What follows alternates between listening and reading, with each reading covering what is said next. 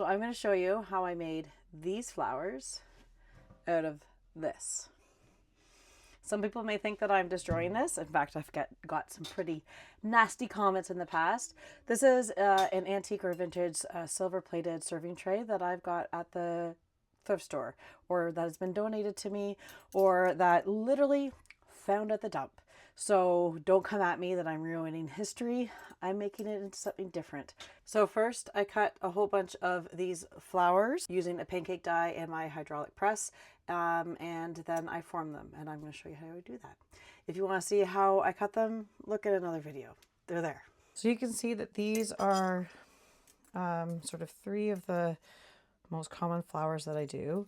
This one is 2 of the same flowers with 1 circle at the back. Oh, and then I am putting 1 at the back there. This one is the same thing, but with 1 extra layer. So instead of having a circle in the middle, it's this guy that's sort of folded in half a few times. So there's the 3 layers, and then that's the circle at the back. And then this one is that same flower.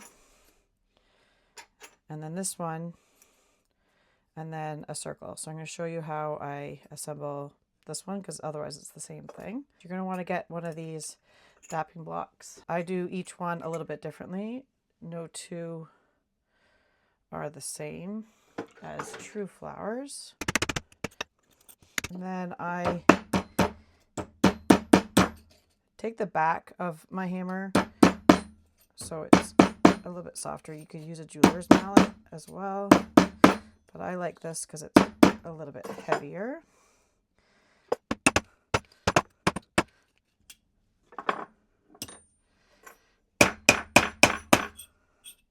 And then I typically, if this one has a lot of pattern on it, the next layer I'll either go upside down or one that's not quite as busy. And then I'll take 2 of these, and I will do the same thing, one for the inside of the front and 1 for the back. Again, alternating if it has pattern or not. And then we'll go and we'll solder all these together. Might fold the bends a little bit more.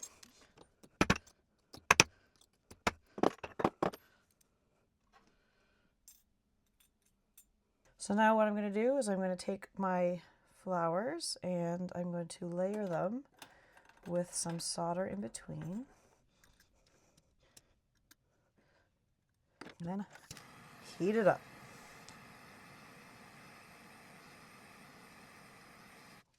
And then I put a little bit of pressure to make sure that it all sticks together. So to make this stem, I have this old recycled or repurposed copper wire that my husband stole from a job site, and I flattened down the end, and then what I do is I just take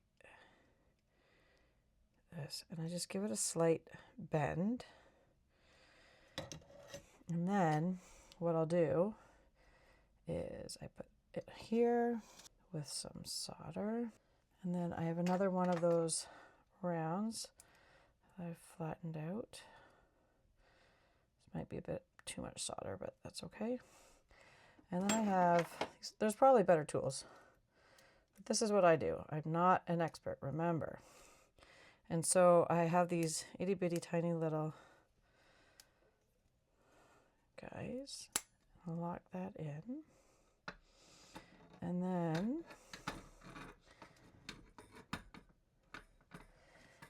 I just heat that up, and that just makes sure that none of the solder on the other layers will loosen. And I know I could use hard, soft, medium solder, but this is what works for these.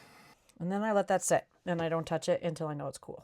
So then you have a beautiful flower, or this guy, or this guy.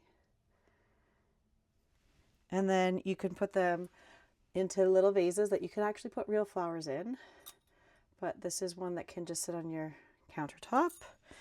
There's one that can go into your car vent. Just like that. And then there's this one, which is a magnet for your fridge. And it just goes in like that.